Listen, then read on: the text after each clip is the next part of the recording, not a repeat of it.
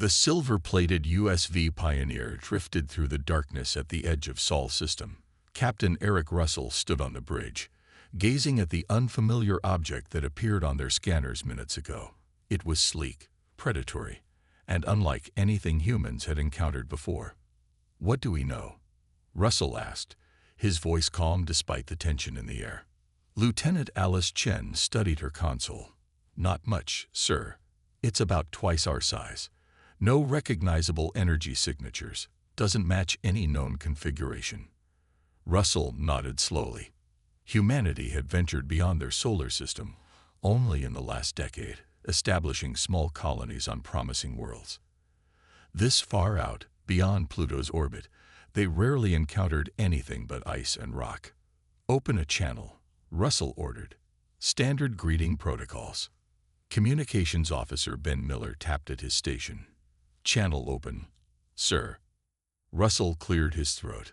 "This is Captain Eric Russell of the United Space Vessel Pioneer, representing Earth and the Sol system. We come in peace and wish to establish friendly contact." The bridge crew waited. Seconds stretched into minutes.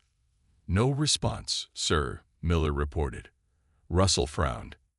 "Try again on all frequencies. Add translation matrices." As Miller worked, Science Officer Dr. Kate Wilson approached Russell. "Captain, I'm detecting unusual radiation patterns from the vessel.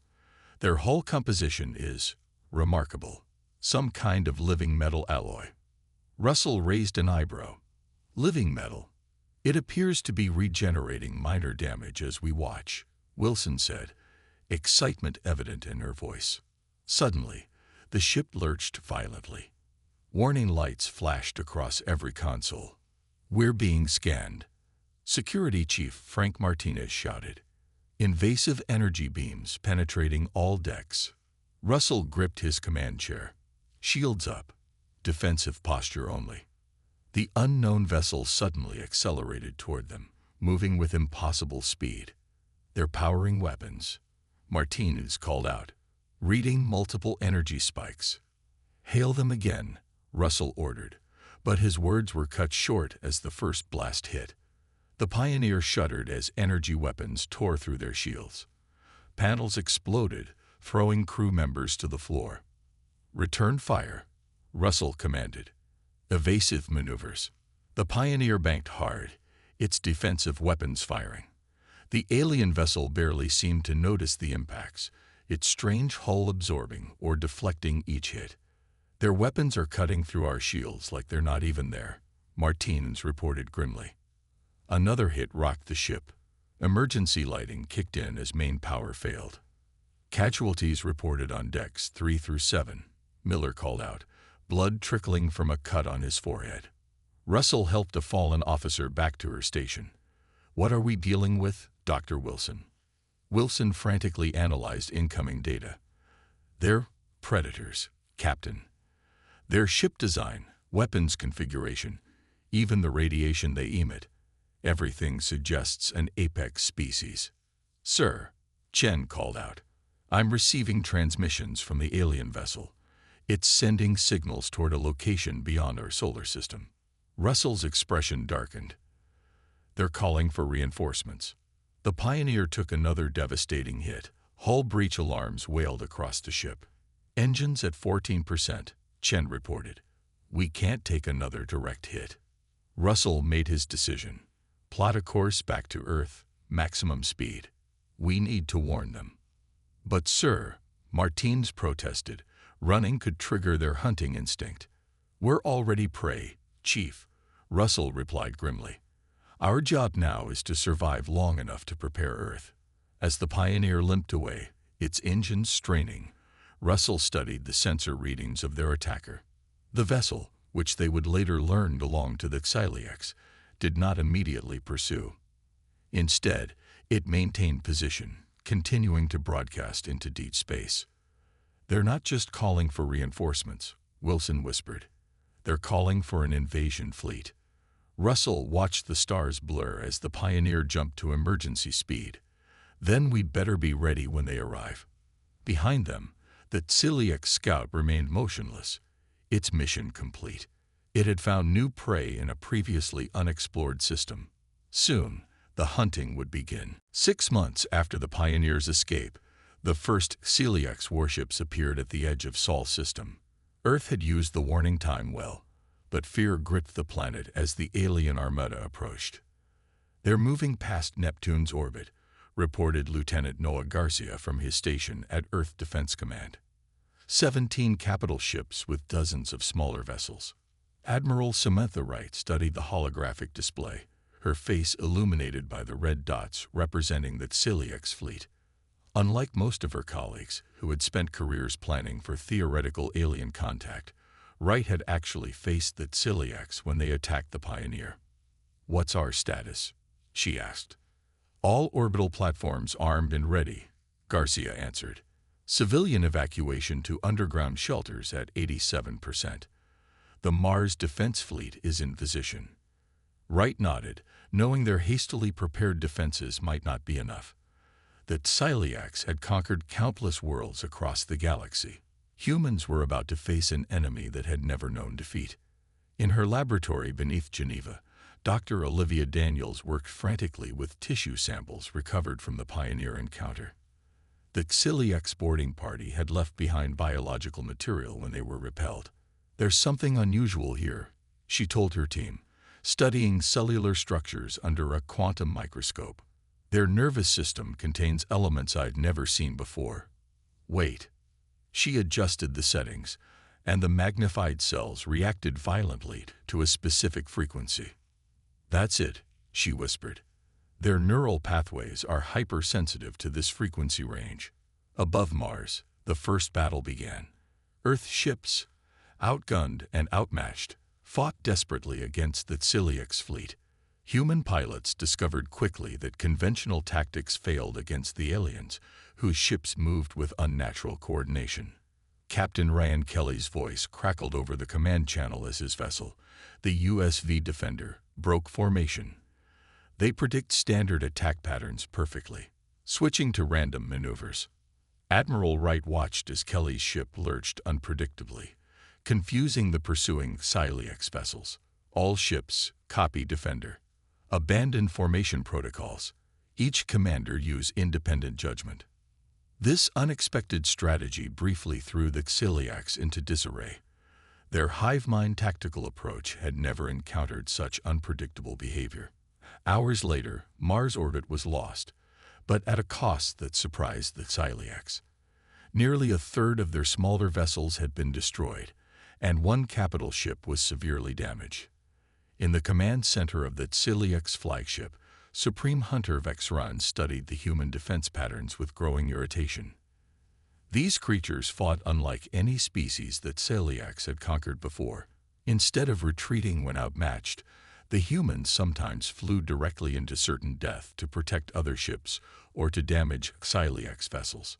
They sacrificed themselves deliberately, Vexran hissed to his subordinates. "It defies evolutionary logic." Back on Earth, Dr. Daniels burst into Defense Command with her discovery. "Admiral, I've found a weakness. Their nervous systems are vulnerable to specific sound frequencies. We can develop weapons that target their biology directly." Wright immediately authorized crash production of what would be called neural disruptors. Meanwhile, Lieutenant Garcia was selected to lead a stealth team to capture intact Celiax technology. "Your mission is simple but critical," Wright told Garcia and his squad. "We need their tech, and we need it working." Garcia nodded grimly. "We won't fail, Admiral." As the Celiax fleet approached Earth's moon, humanity prepared for what might be their final stand. Production facilities around the world worked around the clock manufacturing neural disruptors. Civilian volunteers joined military forces. Earth's governments, usually divided by politics and old rivalries, united under a single command structure. The Celiax expected submission. What they found instead was a species that refused to accept extinction, a planet of prey that had decided to become predators. The Celiax Supreme Hunter Vexran paced the command deck of his flagship, his claws clicking against the living metal floor. 3 Earth months into what should have been a simple conquest, his fleet remained stalled at the edge of Earth's orbit. "Explain this failure," he demanded of his sub-commanders. "These humans are primitive. They have barely left their own planet. Why do they still resist?" The tactical officer's scales shifted nervously.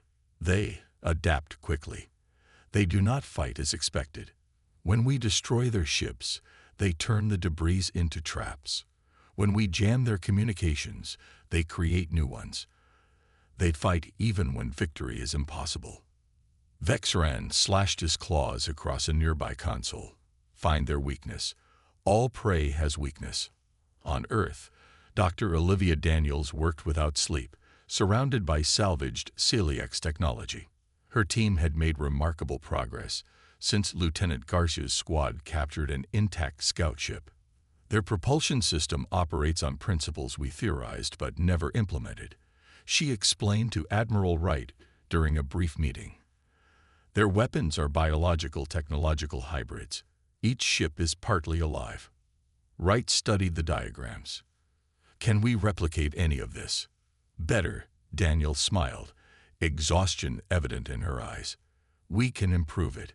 Human creativity is filling gaps in their designs that the celiacs never considered.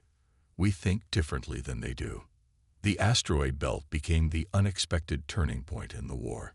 Humans had established mining operations there years before the invasion. Now these outposts served as hidden bases for hit-and-run attacks against celiac supply lines. Lieutenant Garcia led a squadron of modified fighters that darted between asteroids, striking celiac cruisers before disappearing again. The neural disruptors developed by Dr. Daniels proved devastatingly effective. When activated near celiac ships, the alien crews suffered crippling pain that disrupted their coordinated actions. "They're pulling back," Garcia reported after a particularly successful ambush. 3 destroyers disabled, 1 capital ship heavily damaged. Admiral Wright allowed herself a small moment of hope. "Keep the pressure on. Don't give them time to recover." The celiacs had never needed to adapt their tactics before. Their superior biology and technology had always guaranteed victory. Now, faced with an enemy that refused to follow the rules of predator and prey, they struggled to understand their failures. In a bold move, Garcia's team infiltrated a damaged celiac ship. Wearing experimental armor designed by Dr. Daniels, they moved through the vessel's corridors, neural disruptors keeping the surviving crew incapacitated. "The central command node is ahead," Garcia whispered to his team. "Remember, we need it intact." What they discovered inside changed the course of the war. The celiac ships operated on a hive mind principle, but unlike Earth's insects, each celiac maintained individual awareness while connected to the greater consciousness. "They've never encountered anything like human psychology," Garcia reported after returning with the captured command node. "Their shared consciousness makes them incredibly coordinated but slow to innovate. They don't understand why we fight when defeat seems certain. They don't comprehend sacrifice." Dr. Daniels studied the captured technology and made another crucial discovery. They've evolved to be apex predators for so long that they've lost something essential: fear. They don't know how to respond to being hunted. Admiral Wright formulated a new strategy based on these insights. Earth's forces would no longer just defend. They would actively hunt the hunters. The next major battle occurred when a celiac battle group attempted to establish a forward base on Jupiter's moon Ganymede. They expected the usual resistance. Instead, they found themselves surrounded by newly developed Earth ships utilizing modified celiac technology. For the first time in their long history of conquest, the celiacs suffered a decisive defeat. 3 capital ships destroyed, the rest retreating in disarray. On the command bridge of the Earth flagship Defiance, Admiral Wright allowed herself a genuine smile. "Send word to Earth. Tell them predators can bleed too." The assembly line in what had once been an automobile factory in Detroit now produced weapons that didn't exist 6 months earlier. Workers moved with purpose, assembling neural disruptors and components for the new Thunderbolt fighters. Dr. Olivia Daniels watched with satisfaction as the latest batch of weapons moved toward quality testing. "We've increased production by 30% this month," she told Admiral Wright. "The new design is twice as effective at half the power consumption." Wright nodded, her expression serious despite the good news. "We'll need every advantage. Our intelligence suggests that celiacs are bringing reinforcements." The Thunderbolts represented humanity's greatest achievement in the war so far, fighters designed from the ground up to exploit celiacs' weaknesses.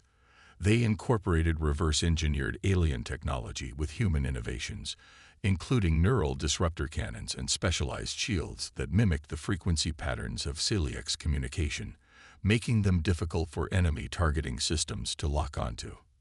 In orbit around Europa, Captain Eric Russell prepared for the most important mission since the war began. The celiacs had established a forward base on Jupiter's icy moon, using it to process resources and hold human prisoners captured during previous battles. "All teams report ready, Captain," his executive officer said. Russell studied the tactical display showing the positions of his strike force, 6 Thunderbolts, and his command ship, the USV Vengeance. "Begin approach. Stealth systems at maximum."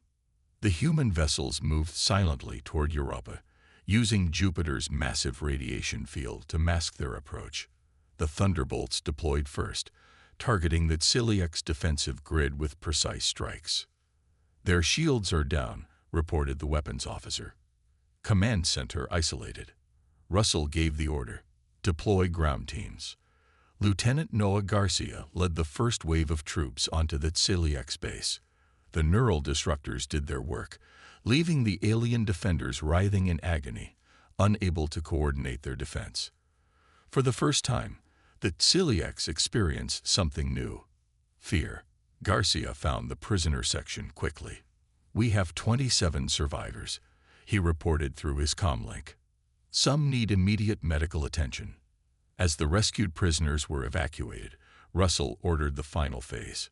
"Plant the charges. We're taking this entire base apart." The Europa mission's success sent shockwaves through the celiacs fleet. Not only had humans rescued their captured comrades, but they had completely destroyed a major celiacs installation, leaving no survivors. The supreme hunter of the celiacs, Vexron, received this news with rage. "Impossible. These humans were prey. How do they now hunt us?" His advisors shifted uncomfortably.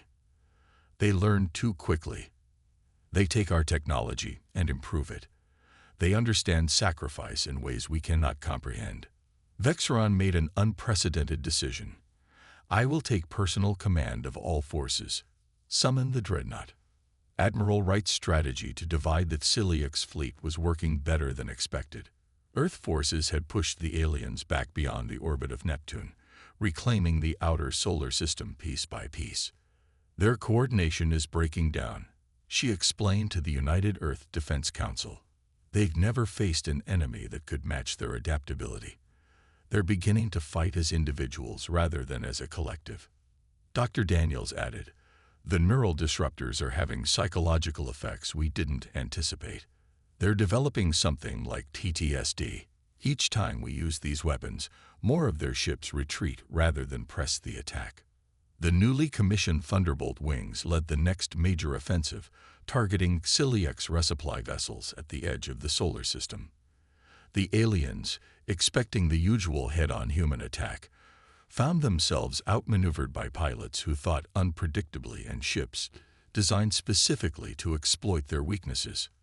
As the battle turned decisively in Earth's favor, human sensors detected something massive entering the solar system: the celiacs Dreadnought, command vessel of the Supreme Hunter himself. Admiral Wright studied the readings with concern. "It's 3 times larger than anything we faced before." But unlike 6 months ago, she now allowed herself a determined smile. "Prepare all Thunderbolt squadrons. The Hunter has come to us." The celiacs Dreadnought loomed at the edge of the Sol system like a nightmarish monument. Its massive form dwarfed every other vessel in the alien fleet. Despite Earth's recent victories, this new arrival sent waves of anxiety through the human forces. Admiral Wright studied the tactical display with her senior staff. We cannot let them regain momentum. The time has come to take this fight beyond our solar system. Lieutenant Garcia, recently promoted after the Europa mission, studied the star charts. Our long-range scouts have identified 3 nearby systems under Xiliac's control. The closest contains a world they use as a regional command center. Then that's our first target, Wright decided. If we can disrupt their command structure, we buy Earth more time. The newly commissioned USV Intrepid, Earth's first true warship built with incorporated Xiliac's technology, prepared for humanity's first interstellar assault mission. Captain Eric Russell walked through its corridors, noting how alien and human designs had been merged into something entirely new. "We're venturing where no human has gone before," he told his crew during their final briefing. "Our mission is to show the Xiliacs that distance won't protect them. We're bringing the fight to their doorstep." The Intrepid and its escort of Thunderbolts departed Earth using the reverse-engineered Xiliac's drive system. The journey to the nearest occupied system took just under 2 weeks. What they discovered there stunned even the most hardened veterans. "Life signs everywhere," reported the Intrepid's science officer. "Not just Xiliacs. I'm detecting at least 6 different species." Russell ordered a closer scan of the small moon orbiting the system's 3rd planet. "Those aren't military installations. They're labor camps." Garcia led the first reconnaissance team to the surface. Moving silently through alien forests, they observed the reality of Xiliac's rule. Various alien species worked under harsh conditions, harvesting resources and building ships for their predatory masters. "We need to contact them," Garcia whispered to his team. "Find out if they'll help us." The risk paid off beyond their wildest hopes. The enslaved species, the Novan, Eltari, and others whose names humans could barely pronounce, had been waiting generations for someone to challenge the Xiliacs. Within days, Garcia had established an underground network across the moon. "They know the Xiliac's weaknesses better than we do," he reported back to Russell. "They'd just never had the means or coordination to exploit them." As Garcia organized the first alien uprising, Dr. Olivia Daniels made a breakthrough on Earth. Working with biological samples from defeated Xiliacs, she developed a non-lethal agent that could temporarily disable their nervous systems without causing permanent harm. "It's not just a weapon," she explained to Admiral Wright. "It's a statement. We can defeat them without becoming like them." The Galactic Alliance, as the human-led coalition came to be known, grew rapidly as news spread through Xiliac's territory. Species that had submitted to the predators for centuries now found courage in human example. Uprising followed uprising across multiple systems. But victory came with a heavy price. During an assault on a major Xiliac shipyard, Captain Russell's vessel was surrounded and captured. The Xiliacs, recognizing him from intelligence reports, transported their high-value prisoner directly to their homeworld for study. Admiral Wright received the news with composure, though those who knew her well saw the pain in her eyes. "We continue as planned," she ordered, "but add a new objective, finding where they've taken Captain Russell." As the human-led alliance liberated more worlds, the Xiliac's response became increasingly desperate. Never before had they been forced to defend rather than attack. Their entire society, based on conquest and domination, struggled to adapt to this reversal of fortune. On their homeworld, Supreme Hunter Vex Run personally interrogated Captain Russell, seeking to understand the humans' unique resistance. "Why do you fight when defeat is inevitable?" he demanded. "It defies natural law." Russell's answer was simple: because humans have always been both predator and prey. And that makes all the difference. Lieutenant Noah Garcia stood at the viewing port of the USV Avenger, watching the Xiliac's homeworld grow larger as they approach. Intelligence gathered from liberated worlds had finally revealed the location of the Predator's origin planet and where they were holding Captain Russell. "Final checks complete," reported his second-in-command. "Stealth systems functioning at optimal levels. They haven't detected us yet." Garcia nodded, his expression grim. Begin deployment. Remember, this is a rescue mission first. We get the captain and get out." The assault team moved with precision, born from months of combat experience. The Xiliax homeworld, a massive planet with purple oceans and towering crystalline cities, had never been attacked before.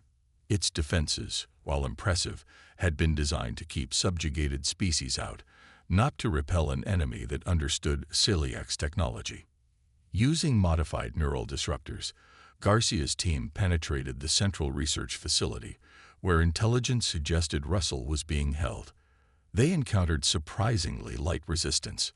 "Something's wrong," Garcia whispered as they moved down an eerily empty corridor. "Where are the guards?" They found their answer in a vast chamber at the heart of the facility. Dozens of Xiliax scientists lay unconscious, victims of their own experiments. In the center, Captain Russell sat calmly beside a computer terminal. "Took you long enough," he said with a tired smile when he saw Garcia. "What happened here, sir?" Garcia asked, scanning the room for threats. Russell gestured to the fallen Xiliax. "They were studying me, trying to understand human psychology. I convinced them to test their own neural pathways using parameters I suggested. They'd never questioned their own nature before." As they prepared to extract, Russell insisted on downloading data from the Xiliax Central Archives. "This is why I let myself be captured," he explained, "to find their weakness. And I found something no one expected." Back aboard the Avenger, Russell revealed his discovery to the assembled officers. That Xiliax weren't always predators, he explained, displaying ancient genetic records. They engineered themselves, generation by generation, removing all traits they considered weakness. They systematically eliminated every natural predator on their world, then altered their own DNA to become the perfect hunters. Dr. Daniels, who had accompanied the rescue mission, studied the data with growing amazement. "They've created an evolutionary dead end," she said. "Without natural challenges, they stopped adapting. They can't comprehend failure because they've engineered it out of their experience." "Until they met humans," Garcia added.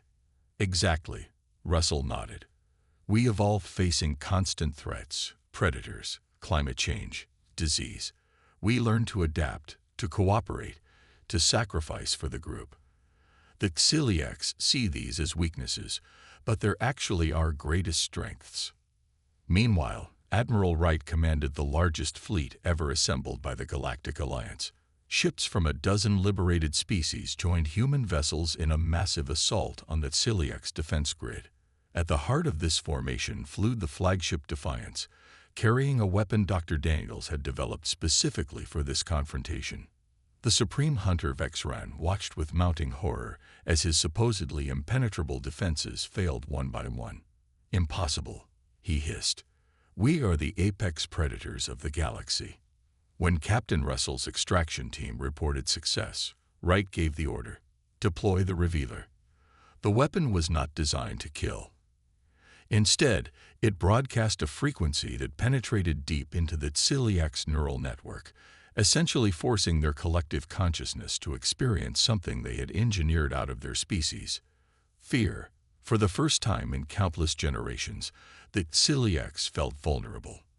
Their perfect coordination shattered as individual Xiliax reacted differently to this new sensation. Some froze, some fled, some fought with desperate fury. In the chaos, Captain Russell and Lieutenant Garcia led a small team directly to the Central Command Center, where they confronted Supreme Hunter Vexran himself. "You could destroy us now," the Xiliax leader said, his once proud posture now hunched and defensive. "Why do you hesitate?" Russell stepped forward. "Because humans understand something you forgot long ago. Sometimes, mercy is stronger than destruction." 1 year after the Battle of the Xiliax homeworld, representatives from 27 species gathered in the newly constructed Galactic Assembly on Earth. The massive circular chamber, with its transparent dome showing the stars above, symbolized the new era of cooperation. Admiral Samantha Wright, now serving as Earth's chief delegate, called the historic session to order. "Today we formalize what began in struggle, a federation of free worlds, united in mutual respect and protection. In the gallery, Captain Eric Russell watched with quiet satisfaction. The scars from his captivity had faded, though sometimes he still woke from nightmares of Celiac's laboratories. Beside him sat Supreme Hunter Vexron, now bearing the title of Celiac's reformer. "Your people adapt quickly," Russell remarked to the alien leader. Vexron's scales shifted, and what humans had learned was a gesture of acknowledgement. "We had no choice. You showed us that predation alone leads to extinction."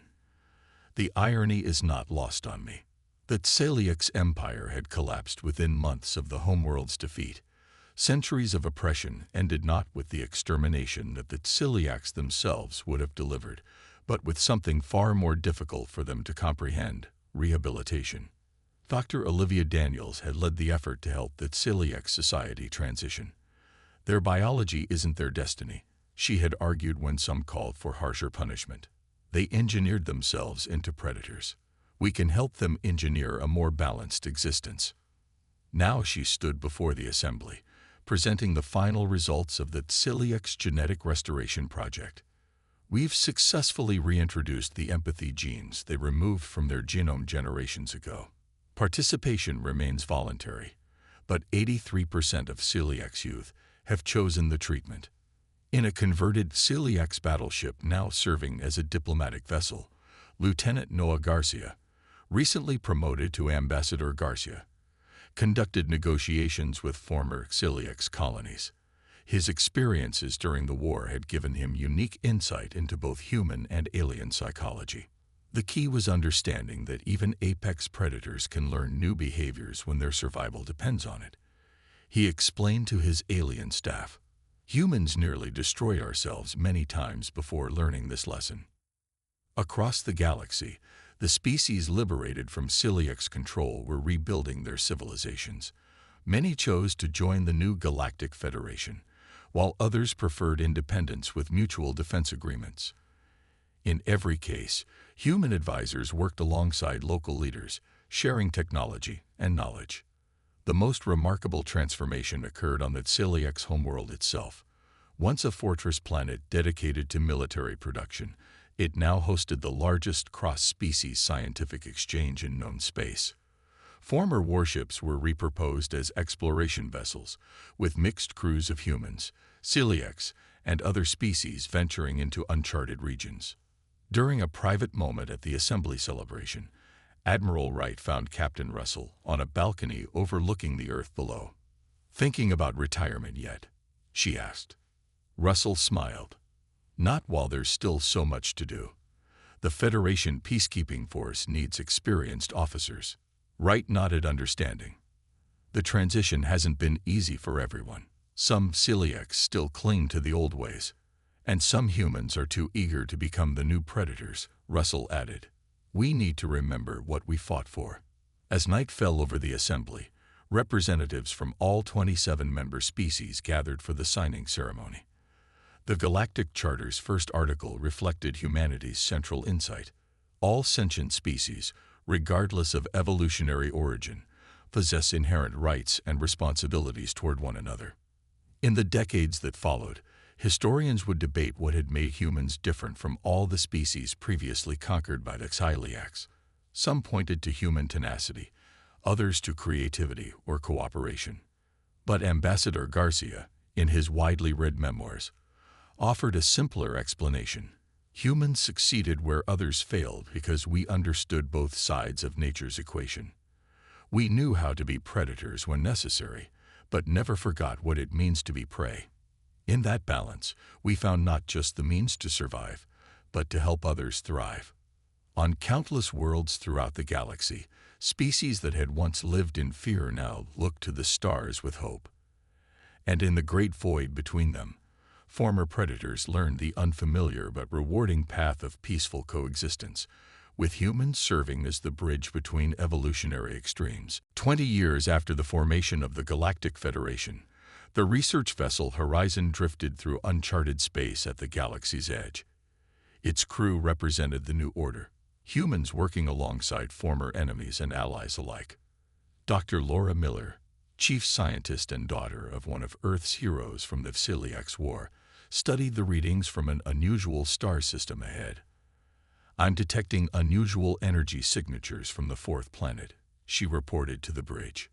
Captain Zex, a young Celiax who had been among the first generation to receive the empathy gene restoration, moved to her station. Unlike his ancestors with their aggressive postures, he carried himself with calm dignity. "Life signs?" he asked, his voice lacking the hissing quality that had once been common to his species. "Nothing definitive," Miller replied. "But these patterns are too regular to be natural." The horizon approached cautiously. 2 decades of peaceful exploration had expanded the Federation's knowledge of the galaxy enormously, but they had discovered few signs of advanced civilizations beyond those already known. Communications Officer Peter Jackson suddenly straightened at his console. "Captain, we're receiving a transmission. It's like nothing in our databases." On the main screen, strange symbols appeared, shifting and changing as if alive. The Universal Translation Matrix struggled to process the information.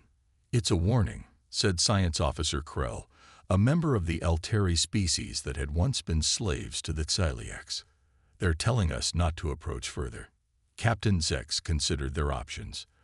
The Federation's primary directive was peaceful contact, but they would not force communication on unwilling species. "Send a response using basic mathematical sequences," he ordered. "Identify us as Federation explorers with peaceful intent." As they waited for a reply, Dr. Miller consulted the ship's database. "This sector was once avoided by Celiax fleets," she noted. "Old records mention a darkness that hunts in this region." Captain Zex's scales rippled slightly, a gesture of concern. "My ancestors feared very little, if they avoided this area." Their discussion was interrupted as a massive vessel appeared suddenly near the fourth planet. It was unlike any ship in the Federation, its surface shifting like liquid metal, absorbing all light that touched it. "Defensive posture," Zex ordered calmly. "But no weapons charge. We maintain peaceful stance." The alien vessel approached, dwarfing the horizon. New symbols flashed across their communication screens. "They're scanning our database," Jackson reported with alarm. "They've bypassed our security protocols like they don't even exist." For tense minutes, the crew waited as the alien ship seemingly processed their information. Finally, a new message appeared, this time in simplified Federation standard. "You travel with Celiax. Explain." Dr. Miller glanced at Captain Zex, who nodded for her to respond. "The Celiax are members of our Federation," she explained. "All species in our alliance are equal partners. We have overcome past conflicts." Another pause followed. Then, "We remember the Celiax as conquerors. We withdrew rather than fight when they entered our space centuries ago." Captain Zex stepped forward. "I represent a changed people. We acknowledge our ancestors' crimes and have worked to make amends. If your species suffered at our hands, we offer restoration and alliance." The alien ship moved closer. A new message appeared. "We will test your words. Prepare for visitors." What materialized on their bridge moments later stunned even the most experienced crew members. 3 tall, crystalline beings stood before them, their bodies seemingly made of living light. "We are the Lumina." They communicated directly into the minds of the crew. "We once ruled 1,000 worlds before the rise of the Celiax. We chose isolation rather than war." Dr. Miller stepped forward. "Then you have much to teach us all. The Federation would welcome your knowledge." The leader of the Lumina turned its crystalline face toward Captain Zex, a Celiax who commands but does not dominate. "This is unexpected." Zex bowed slightly. "The lesson humanity taught us was costly but valuable. Predators who cannot change become extinct. Those who adapt can find a better path." As the Horizon's crew began first contact protocols with this ancient species, Dr. Miller felt the weight of the moment. The Federation's greatest strength had always been bringing former enemies together. Now, they faced perhaps their greatest test and opportunity. The galaxy was larger and more complex than any had imagined. But the principles that had united former predators and prey continued to light their way forward into the unknown.